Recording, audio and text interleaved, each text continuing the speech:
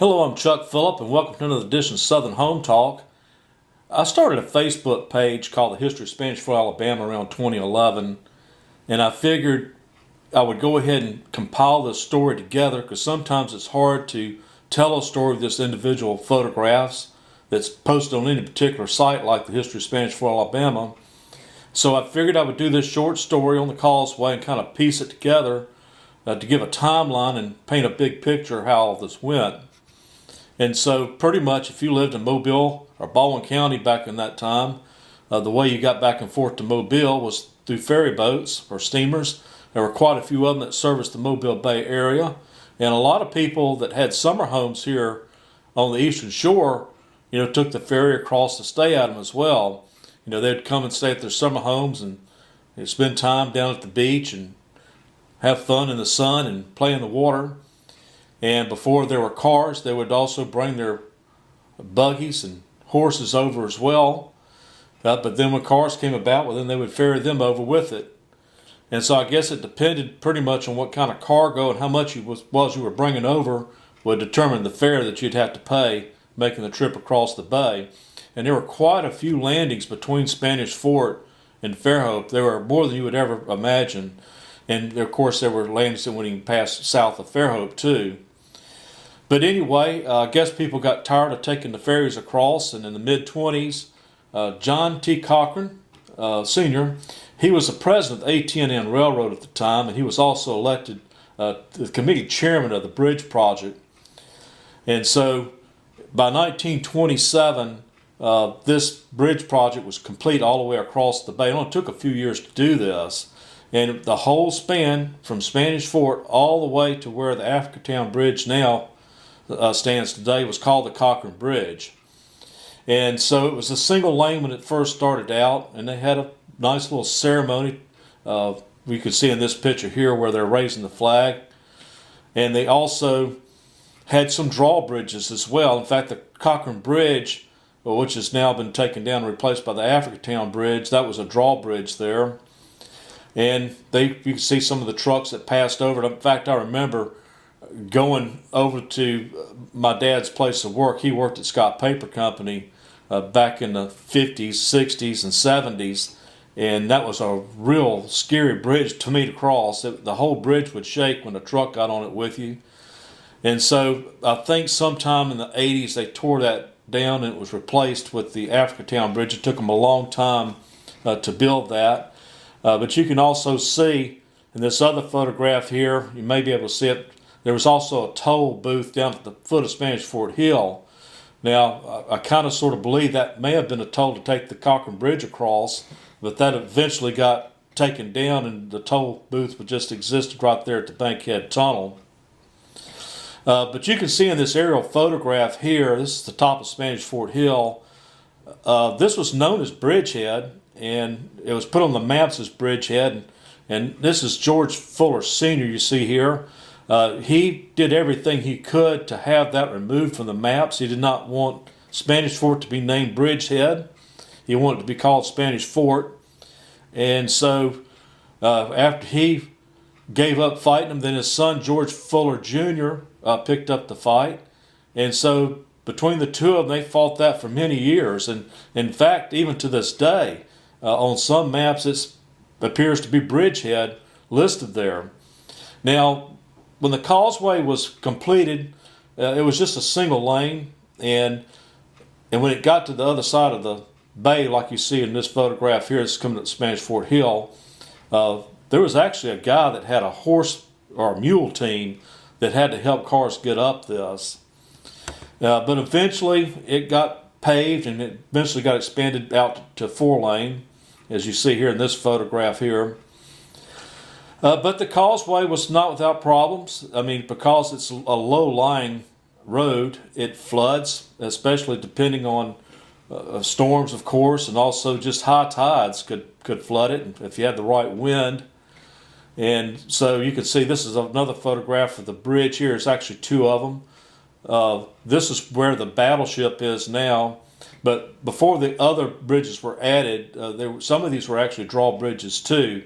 In fact, the Ghost Fleet up there around Blakely Park, that was where a lot of the old World War II merchant ships were parked at, so they had to be able to raise these bridges to get them back there.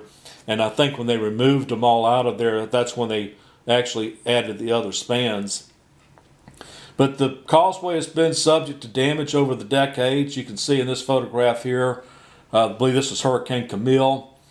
Did that damage, and then Hurricane Betsy in this one over here in 1964.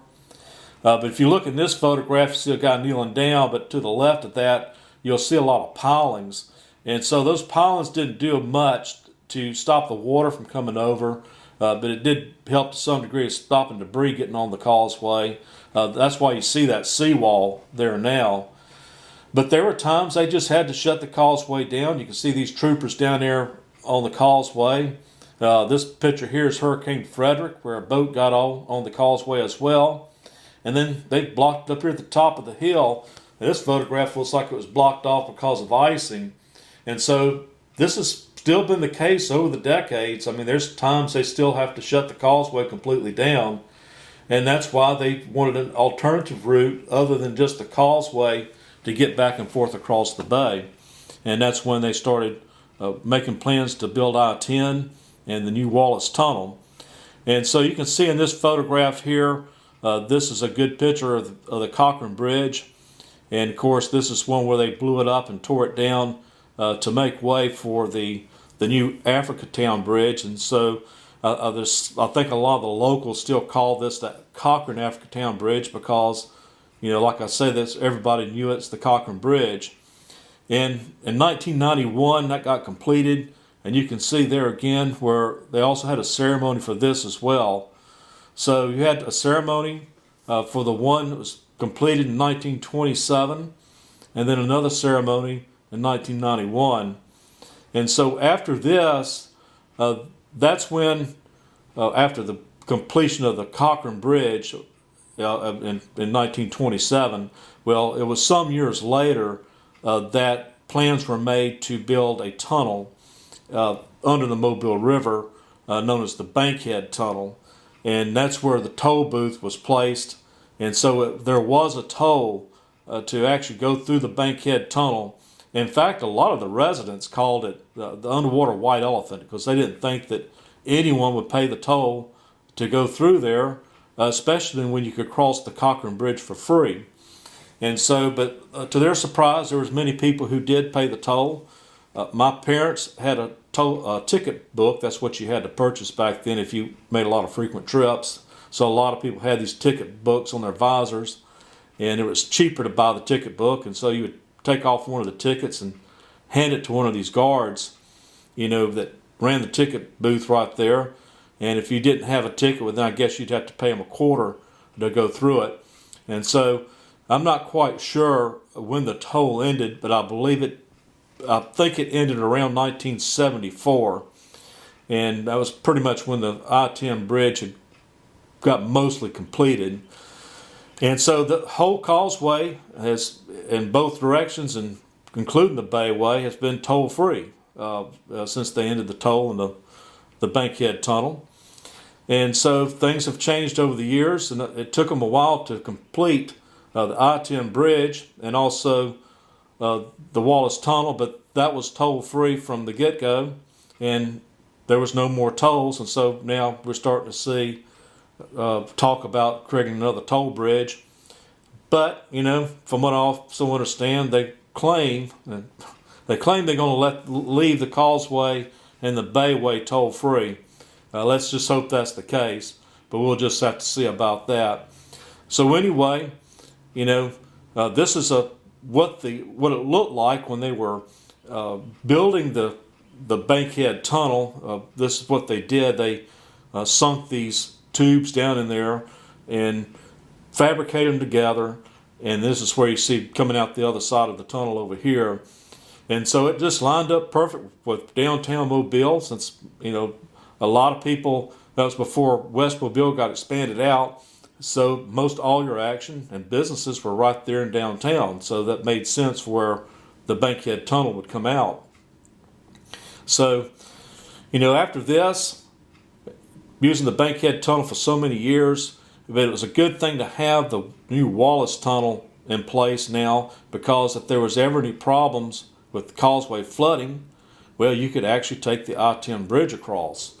And so I'm going to have an episode on that coming up, so stay tuned. It's kind of sort of going to tie in to this Causeway thing as well. It's going to be really interesting to see the episode I'm going to do on I-10. It really does have an interesting tie-in to this, and how there's people upset about the I-10 bridge going in too. So, all right, guys, I figured I'd end this on a real interesting footnote. The man you're looking at right there is John Hollis Bankhead. He died in 1920 at age 77 after serving 33 years in Congress.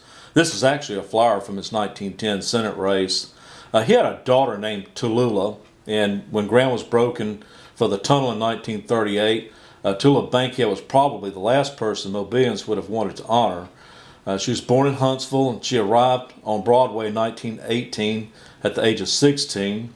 Within 5 years, she hit the London stage, where she enjoyed ever-growing notoriety. Tallulah would enter cocktail parties stark naked, or perform cartwheels wearing a skirt and nothing underneath it. She was known for such witticisms as, "It's the good girls who keep diaries, bad girls never have time," and "The less I look like Whistler's mother the night before, the more I look like her the morning after," and famously, "Cocaine isn't habit forming, I should know. I've been using it for years."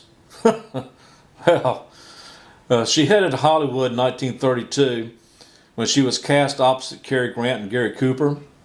She made a number of films, but is best known for her Broadway performances. She later gained popularity on both radio and television. Disney would pattern the vocalization of Cruella de Vil, the villainess of 101 Dalmatians, after Tallulah's distinctively raspy voice. Tallulah died in Manhattan in 1968, 30 years after ground had been broken for the Mobile's first tunnel. Her last words were, "Codeine bourbon." Construction began on the Wallace Tunnel a year later. Well, truth is often stranger than fiction. Y'all stay tuned to that episode, guys. Thanks for watching.